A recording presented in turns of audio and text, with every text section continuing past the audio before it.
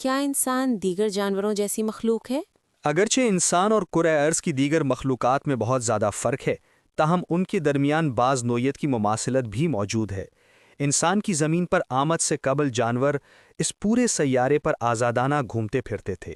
انسان کی آمد سے پہلے اللہ تعالیٰ کے قانون کے مطابق کرۂ ارض سے ڈائناسور جیسے انتہائی خطرناک جانور ختم ہو چکے تھے۔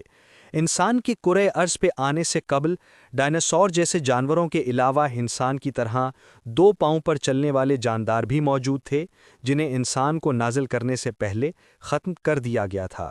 عین ممکن ہے کہ یورپ اور ایشیا میں بسنے والے نینڈرسل جیسے جاندار بھی انہی میں سے ہوں۔ ابتدائی دور کے انسانوں نے اس سیارے پر آنے کے بعد یہاں کے بہت سے جانداروں کو مسخر کر لیا اور ان سے کھیتی باڑی سمیت دیگر کام لینے لگے۔ دیگر جانور انسانوں سے بچنے کے لیے ان کی آبادیوں سے دور جنگلوں میں رہنے لگے۔ کرۂ ارض کے دیگر جانداروں کے برعکس انسان معاشرتی طور پر مل جل کر رہتا ہے اور 4 پاؤں کی بجائے 2 پاؤں پر چلتا ہے۔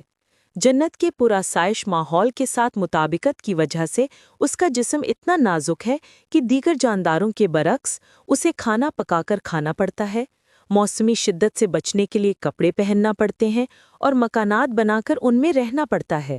یعنی روٹی، کپڑا اور مکان ہمیشہ سے ہی انسان کی بنیادی ضروریات رہی ہیں۔